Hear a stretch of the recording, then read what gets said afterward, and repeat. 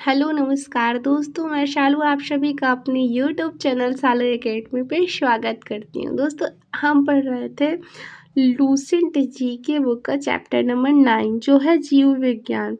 तो दोस्तों, पिछले वीडियो में हमने पढ़ा था जीव विज्ञान क्या है और कोशिका, ये सब पढ़ा था। आज हम एक नया टॉपिक स्टार्ट करेंगे जो कि है जैव विकास।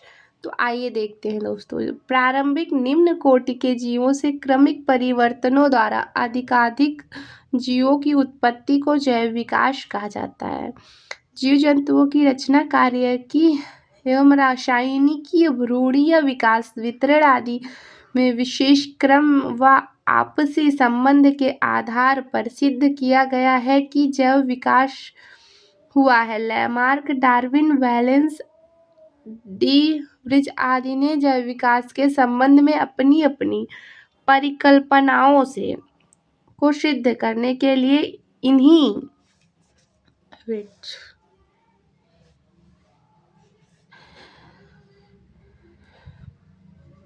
संबंधों को दर्शाने वाले निम्नलिखित प्रमाण प्रस्तुत किए हैं। पहला है वर्गीकरण से तुलनात्मक अवशेषीय अंग संयोजकता, पूर्वजता, तुलनात्मक और भौगोलिक तुलनात्मक कार्य की, आनुवंशिक, पशुपालन, रक्षात्मक समरूपता, जीवाश्म विज्ञान एवं जीवाश्मकों से प्रमाण। तो आइए देखते हैं समजात अंग। दोस्तों, आइए देखते हैं समजात अंग होते क्या है। ऐसे अंग होते हैं जो विभिन्न कार्यों के लिए उपयोजित हो जाने के कारण काफी असमान दिखाई देते हैं, परंतु मूल रचना में भ्रूणीय परिवर्तन में समान होते हैं। वे समजात अंग कहलाते हैं। उदाहरण के लिए जैसे सील के फ्लीपर, चमगादड़ के पंख, घोड़े की अगली टांग, बिल्ली का पंजा, मनुष्य के हाथ की मौलिक रचना एक जैसी होती है। इन सभी में ह्यूमेरस, रेडियो, अल्नाकार प्लस मेटाकार्पस आदि अस्थियां होती हैं। इनका भ्रूणकीय विकास भी एक सा होता है। एक मिनट दोस्तों।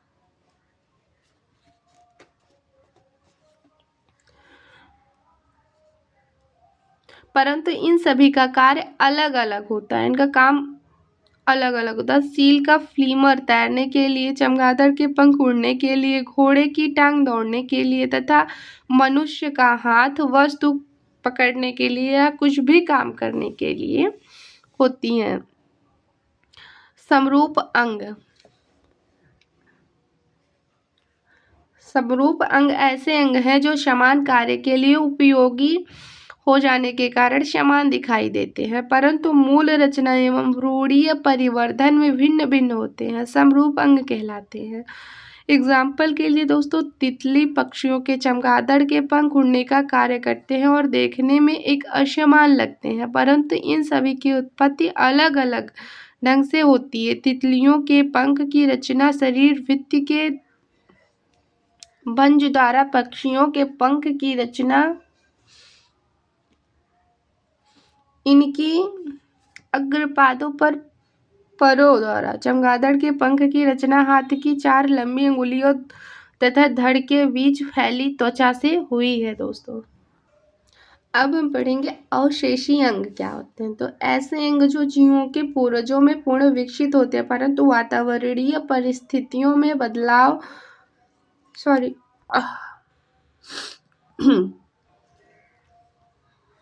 इनका महत्व समाप्त हो जाने के कारण विकास क्रम में इनका क्रमिक लोप होने लगता है। अवशेषी अंग कहलाते हैं। एग्जाम्पल के लिए जैसे कर्ण पल्लव, त्वचा के बाल, बर्मी फॉर्म, अपेंडिक्स आदि। मनुष्य लगभग 100 अवशेषी अंग पाए जाते हैं मनुष्यों में। तो सर्वप्रथम प्रकाश संश्लेषी जीव साइनोबैक्टीरिया थे। पक्षियों का विकास सरीसृपों से हुआ है। जल स्थलचर जीवों का विकास मत्स्य वर्ग से हुआ है। स्तनी वर्ग के जंतुओं का विकास सरीसृपों से हुआ है। जीवाश्म जो है अनेक ऐसे प्राचीनकालीन जीवों एवं पादपों के अवशेष जो हमारी पृथ्वी पर विद्यमान थे, पृथ्वी बाद में समाप्त अर्थात विलुप्त हो गई, भूपटल की चट्टानों में परिरक्षित मिलते हैं, उन्हें जीवाश्म कहते हैं एवं इनके अध्ययन को जीवाश्म विज्ञान कहा जाता है। जैव विकास के सिद्धांत, आइए देखते हैं। जैव विकास के संबंध में अनेक सिद्धांत प्रतिपादित किए गए हैं, जिनके लैमार्कवाद, डार्विनवाद एवं उत्तर परिवर्तनवाद प्रमुख हैं। तो आइए देखते हैं लैमार्कवाद। लैमार्कवाद का सिद्धांत 1809 ईस्वी में उनकी पुस्तक फिलासफिक जूलॉजिक में प्रकाशित हुआ। इस सिद्धांत के अनुसार जीवों एवं इनके अंगों में सतत बड़े होते रहने की प्राकृतिक प्रवृत्ति होती है। इन जीवों पर वातावरणीय परिवर्तन का सीधा प्रभाव पड़ता है। इसके कारण जीवों में विभिन्न अंगों का उपयोग घटता या बढ़ता रहता है। अधिक उपयोग में आने वाले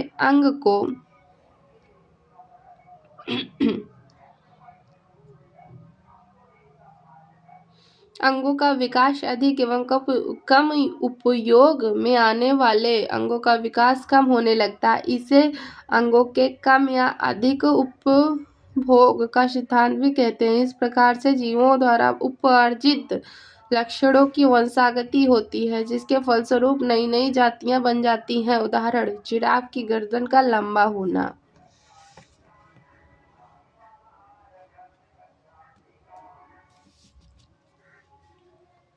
उपार्जित लक्षणों का अध्ययन टोंटोलॉजी कहलाता है। डार्विनवाद। जैव विकास के संबंध में डार्विनवाद सर्वाधिक प्रसिद्ध है। डार्विन को पुरावशेष का महानतम अन्वेषक कहा जाता है। चार्ल्स डार्विन 1809 से 1882 ईस्वी में 1831 ईस्वी में वीगल नामक विश्व सर्वेक्षण जहाज पर पूरे विश्व का भ्रमण किया। डार्विन वाद के अनुसार सभी जीवों में प्रचुर संतान उत्पत्ति की क्षमता होती है, अतः अधिक आबादी के कारण प्रत्येक जीवों को अपनी आवश्यकताओं की पूर्ति हेतु दूसरे जीवों से जीवन पर्यंत संघर्ष करना पड़ता है।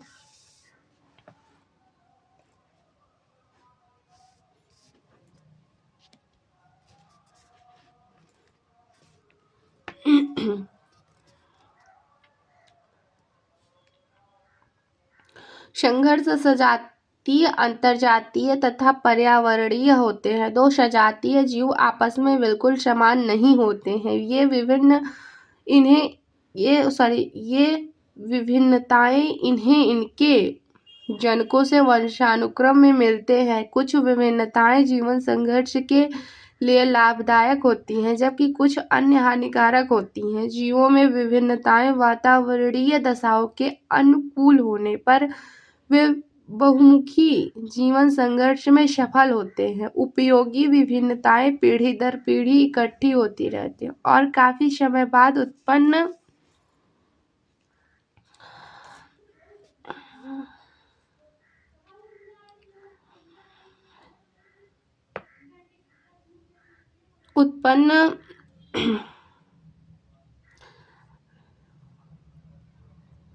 उपयोगी विभिन्नताएं पीढ़ी दर पीढ़ी इकट्ठी होती रहती हैं, काफी समय बाद उत्पन्न जीवधारियों के लक्षण मूल जीवधारी से इतने भिन्न हो जाते हैं, इतने अलग हो जाते हैं कि एक नई जाति का निर्माण कर लेते हैं। नव डार्विनवाद, आइए देखते हैं।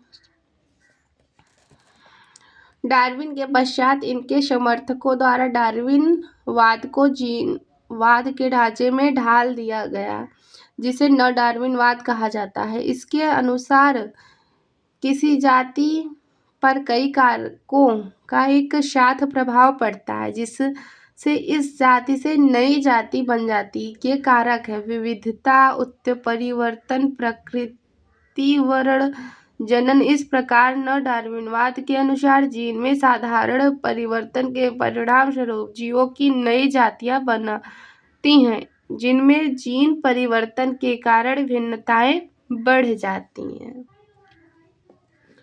उत्परिवर्तनवाद यह सिद्धांत वस्तुतः ह्यूगो डी ब्रिज द्वारा प्रतिपादित किया गया है। इस सिद्धांत के 5 प्रमुख तथ्य निम्नवत हैं।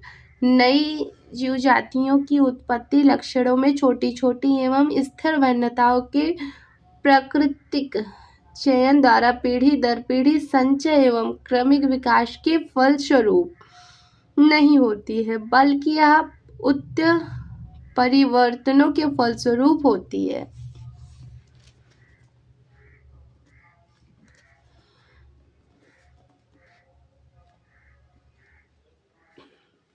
इसी प्रकार से उत्पन्न जाति का प्रथम सदस्य उत्परिवर्तक कहलाता है। यह उत्परिवर्तित लक्षण के लिए शुद्ध नस्ल का होता है। उत्परिवर्तन अनिश्चित होते हैं। ये किसी एक अंग विशेष में अथवा अनेक अंगों में एक साथ उत्पन्न हो सकते हैं। सभी जीव जातियों में परिवर्तन की प्राकृतिक प्रवृत्ति होती है। जाति के विभिन्न सदस्यों में उत्परिवर्तन भिन्न भिन्न हो सकते हैं। उपर्युक्त उत्परिवर्तनों के फलस्वरूप अचानक ऐसे जीवधारी उत्पन्न हो सकते हैं जो जनक से इतने अधिक भिन्न, इतने अलग हो जाते हैं कि उन्हें एक नई जाति का माना जाता है। जीन के भीतर अनुक्रम आधार परिवर्तन उत्परिवर्तन कहलाता है। दोस्तों, आज की क्लास यहीं समाप्त होती है। अगर क्लास पसंद आए तो लाइक एंड सब्सक्राइब करें।